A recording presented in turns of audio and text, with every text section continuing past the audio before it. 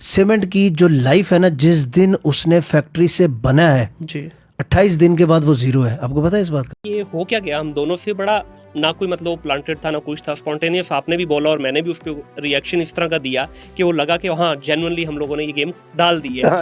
तो वो हुआ क्या था? कोई गलती से निकल स्लिप गया ऑफ टंग था। ठीक है। अच्छा, उसमें दो चीजें थी जो ट्रिगर कर गई। एक के सीमेंट 3 फीट से गिरा तो फारिग है, और दूसरा उसकी लाइफ 28 दिन है।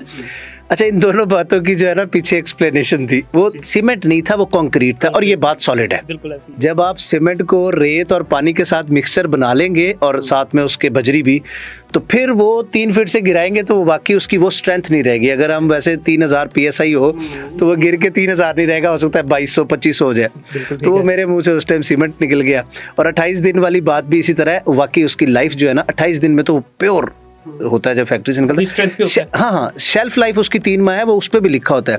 लेकिन उसके पीछे वो जैसे होता है ना कि टर्म्स एंड कंडीशंस अप्लाई, कि ड्राई जगह पे रखा हो, वहाँ पे एरी हो, और वहाँ पे कोई पानी का कोई नमी का ना आ रहा हो, तब वो सीमेंट की वो स्ट्रेंथ रहती है। अदरवाइज वो अपनी स्ट्रेंथ लूज करना शुरू हो जाता है। बिल्कुल सही है। अच्छा हारून, इसमें मुझे ये बताइएगा कि पाकिस्तान के अंदर इस वक्त जो काम हो रहा है, ठीक है, हम तो SOPs को उस लेवल पे जाके फॉलो नहीं करते जो कि दुबई वगैरह में हो रहा है या जो वेस्ट में होता है या US वगैरह में होता है। तो आप क्या समझते हैं कि जब हम उन SOPs को फॉलो नहीं करते, और अब एक नया काम जो शुरू हुआ है पाकिस्तान के अंदर, खासतौर पे लाहौर में, कराची में बहुत पुराना है, इस्लामाबाद में काफ़ी पुराना है, लाहौर में वर्टिकल जो बिल्डिंग्स का एक कॉन्सेप्ट आया है, माशाल्लाह आप लोगों ने भी उस पर बड़ा अच्छा काम किया, आगे जाके बात करते हैं। तो इसमें क्या आप लोग वाकई वो स्टैंडर्ड्स को फॉलो कर रहे हैं जो एक इंटरनेशनल मायार के ऊपर उतरे?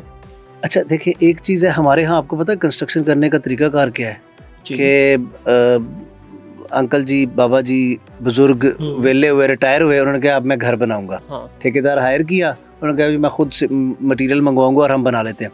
देखें, जहाँ तक बात है ना कंस्ट्रक्शन घर बनाने की, कनाल 10 मरला 5 मरला, वो खैर है, वो चल जाता है, क्योंकि 2 फ्लोर है, 2 फ्लोर है, वो 3 चल फ्लोर जाता है। हाँ।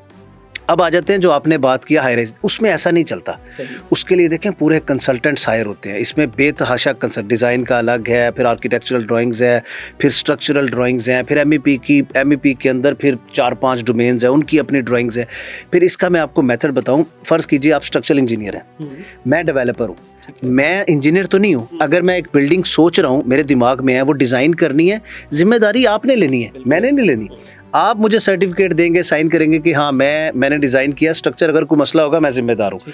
तो आप लोग उसको बनाते हैं, फिर उसके ऊपर आप लोगों के पास पूरी एक स्ट्रक्चर चीज़ें होती हैं। मिसाल मैं सादा सी ज़ुबान में बताता हूँ। आपने एक बिल्डिंग डिज़ाइन करी ना, आप पहले उसका मॉडल बनाएंगे। सही। अच्छा, वो मॉडल के लिए आप कंप्यूटर सॉफ्टवेयर आ गए, उस मॉडल कंप्यूटर में बनाते हैं, उसको फिर हिलाते हैं अर्थक्वेक के लिए 12-14 रेक्टर स्केल पे।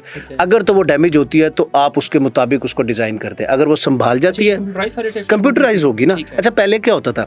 पहले एक बिल्डिंग बनानी है ना, आपने एक बिल्डिंग बनाई है मिसाल के तौर पे 200 फीट हाइट, उसका स्केल ले लिया कि यार इसको अगर हम 2 फीट हाइट की बनाते हैं, उसके मुताबिक स्केल कर लिया, और इसका 10,000 टन वजन है, मिसाल दे रहा हूँ, उसको स्केल कर लिया कि यार ये 100 किलो इसका वजन होना चाहिए। तो आपने उसको बनाया 2 फीट पे और 100 kg वेट किया, और उसको रखा एक उस पे टेबल में, देसी जुबान में समझा रहा हूँ, उसको हिलाना शुरू किया, जी जल्जला आ रहा है।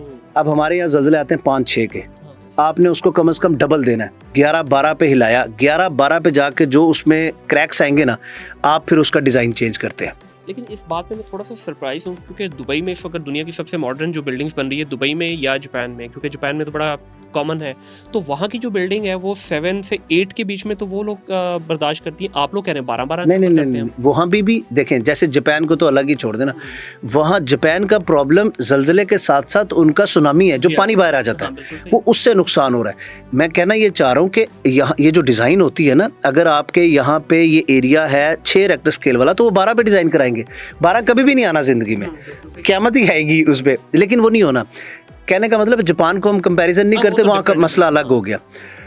अब ये दुबई भी जैसा है, अब ये क्या करते हैं कि अब सॉफ्टवेयर, अब दुनिया सारी देखे हर चीज़ सॉफ्टवेयर में चलेगी, ये सॉफ्टवेयर में पूरी बिल्डिंग बनाते हैं, एज इट इज़ उसका डिज़ाइन बनाते हैं, उसके अंदर उसका स्ट्रक्चर डिज़ाइन करते हैं, फिर उसको पॉइंट्स देना शुरू करते हैं। और मज़े की बात यह है, पूरी बिल्डिंग में किसी जगह पे किसी कॉलम में भी अगर क्रैक उसने शो किया ना, तो आपको कंप्यूटर बताएगा। मैनुअल मॉडल में हम गलती कर जाते थे, मैनुअल मॉडल में कहीं क्रैक आया और आपकी आंखों से नहीं गुजर सका, बिल्कुल ठीक है। तो आप कहते थे हाँ यार ये अप्रूव्ड है, आप इस पे ये वाले स्ट्रक्चर आ गया, आप इस पे अप्रूव कर ले। मैं बेसिक जुबान में समझा। लेकिन कंप्यूटर आपको, चूंकि वो खुद देख रहा होता है वो कंप्यूटर, तो वो बता देता है कि यहाँ पे आपको, फिर उसको वो डिज़ाइन चेंज करते हैं, फिर हिलाते हैं, फिर डिज़ाइन चेंज। ऑथेंटिसिटी कितनी है कंप्यूटराइज्ड जो है? डेफिनेटली देखें, ये हमारा तो है नहीं, ये तो बाहर वैसे है, ट्राइड एंड टेस्टेड है, पता नहीं कितना पुराना ये सिस्टम चल रहा है। और उसके ऊपर देखें ना, दुनिया की कितनी बड़ी बड़ी बिल्डिंग्स बनी है बिल्कुल सही और है। उसके ऊपर खड़ी भी हुई हैं।